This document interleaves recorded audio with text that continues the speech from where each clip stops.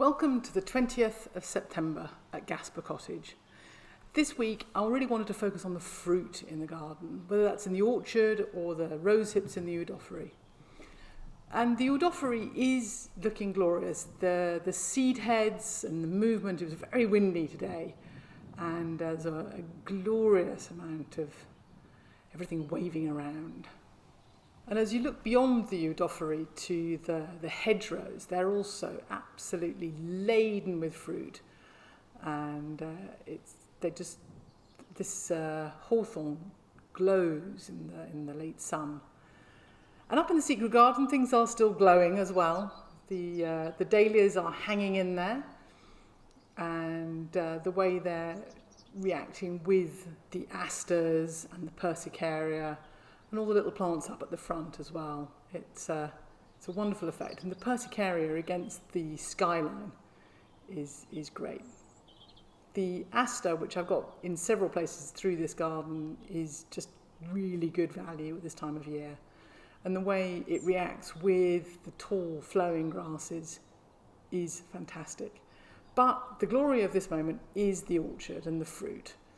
So I'm just going to have a quick run through of some of the things that are out there. There's some more mature trees, there's some little baby ones nearly buried under the weight of fruit that they're trying to carry.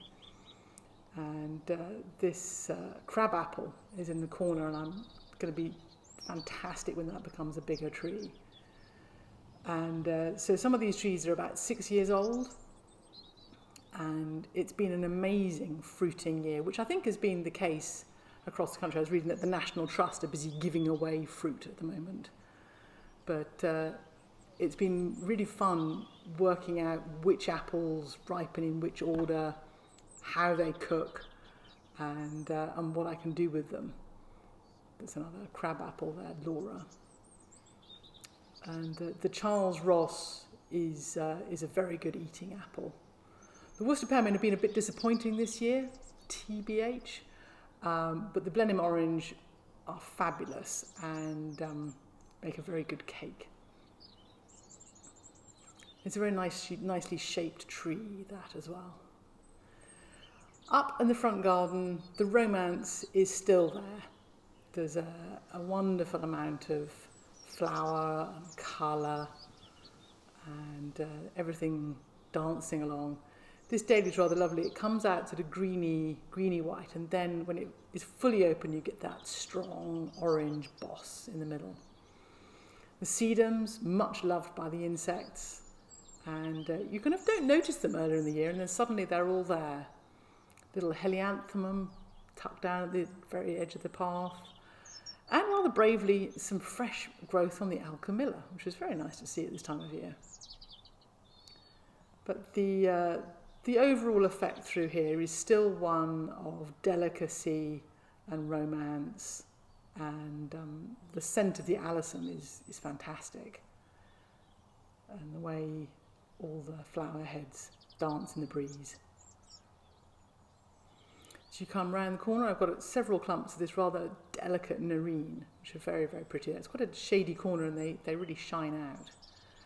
But looking kind of along the length of that main curved border, there are all sorts of stars. Clearly the dahlias are a star, and the various different forms, which rather amazingly were attracting butterflies today. Is that a comma? Who knows? And the fruit along the wall also has been fantastic. It's actually broken free of its trailing and is hanging down. Needs some attention and wire. The red bed was getting a bit of a battering in the wind today, but the colours are really still seeing out, and the Helenium Moorhound Beauty in particular. I did a lot of deadheading earlier in the year, and it's really paid off. This little Tagetes doesn't seem to need deadheading. It's rather wonderful. It just, different bits of the flower produce different things. And again, it's back to the fruit. This Cotoneaster horizontalis on the wall is laden with berries.